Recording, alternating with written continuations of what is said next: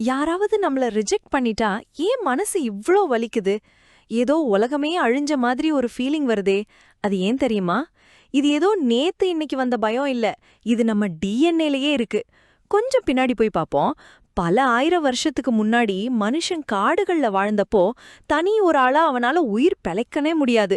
சிங்கம் புலிகிட்ட இருந்து தப்பிக்கணும்னா ஒரு குழுவா குரூப்பா இருந்தா மட்டும்தான் முடியும். அந்த நேரத்துல அந்த குரூப்ல இருந்து ஒருத்தனை வெளியில அனுப்பிட்டாங்கன்னா அது அவனுக்கு கிடைச்ச மரண தண்டனைக்கு சமம்.